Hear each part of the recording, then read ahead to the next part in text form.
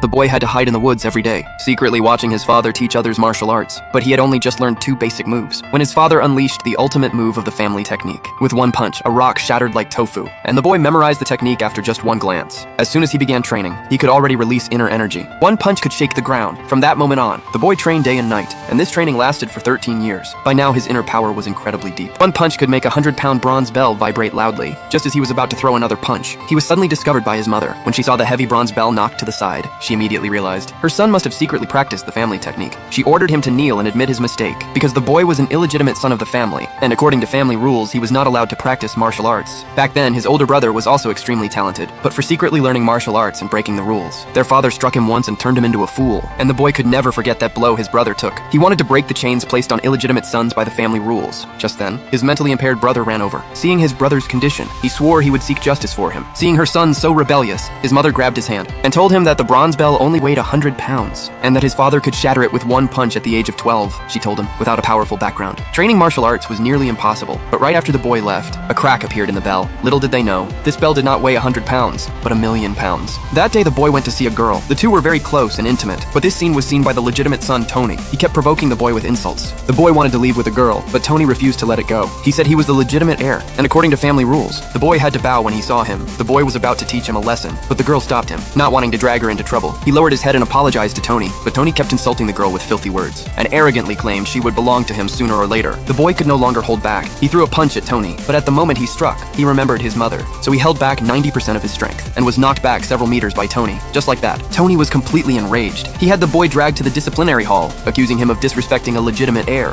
and forced him to kneel before the ancestral tablets. Then he brought out the family punishment, and was about to cripple him. At that moment, the boy's mother arrived just in time. She said her son had worked the fields, and farmed for the family all these years. Even if he had no achievements, he had still contributed hard work. She begged Tony not to use the family punishment, and promised to take her son back and discipline him strictly. Even so, Tony still refused to let him go. With no other choice, the mother stepped in front of her son, and blocked the fatal strike. Seeing his son about to lose control, she quickly grabbed him. Then she knelt down, and said she had failed to teach her son properly, and was willing to take the punishment in his place. Hearing this, Tony immediately ordered people to pull the boy away. The mother was beaten until she coughed up blood. Luckily, the father arrived in time and stopped Tony, and at that moment, the father announced to everyone that the winner of the martial arts tournament would not only inherit the position of family head, but also marry the girl. After returning home, the boy told his mother he would definitely join the tournament, even if he died in the arena. It would be better than living his whole life being humiliated as an illegitimate son. Time quickly came to the day of the tournament. When Tony saw the illegitimate son entering the competition, he mocked him for not even having a battle token, and the only way to obtain one was to shatter the 100-pound bronze bell and reach the level of a third-rate warrior. At that moment, his mentally impaired brother cleared away the grass behind the bell, and the mother finally realized this was not a 100-pound bell, but a 1,000,000-pound one. She finally understood. The boy's strength was not that of an ordinary martial artist, but that of a born martial god. She hurriedly took the brother and rushed to the tournament, but just after they left, the bell that had been struck by the boy exploded into pieces. And at this moment, the boy still had no idea how powerful he really was. He decided to fight with everything he had.